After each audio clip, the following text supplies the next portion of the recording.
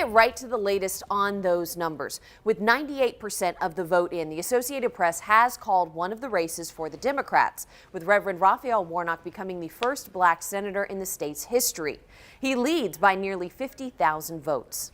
Now, control of the Senate really just comes down to this race, which is still too close to call at this hour. However, Democrat Jon Ossoff is leading Republican incumbent Senator David Perdue by about 0.4 of a percentage point.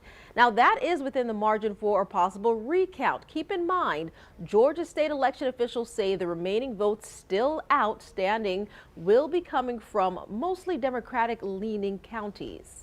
Ossoff's campaign is feeling confident, though, this morning, releasing a statement that says, in part, when all the votes are counted, we fully expect that Jon Ossoff will have won this election to represent Georgia in the United States Senate. Now, Senator David Perdue's campaign also issued a statement overnight saying, quote, "This is an exceptionally close election that will require time and transparency to be certain the results are fair and accurate and the voices of Georgians are heard. We will mobilize every available resource and exhaust every legal recourse to ensure all legally cast ballots are properly counted. We believe in the end Senator Perdue will be victorious," end quote.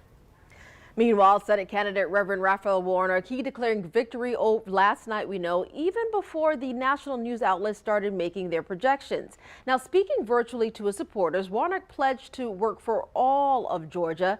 Now, as we have mentioned, he will become the first black senator in the state's history, and he says that he hopes his story is an inspiration for those who aspire to the American dream. May my story be an inspiration to some young person who is trying to grasp and grab hold of the American dream. And so, Georgia, I am honored by the faith that you have shown in me. And I promise you this tonight.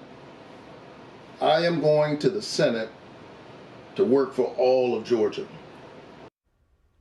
Republican Senator Kelly Loeffler, she addressed her supporters after midnight and was not ready to concede. Now, the senator vowed that she has a path to victory and reminded the audience that she'll be in Washington today to back President Trump's fight against Congress's certification of the Electoral College votes.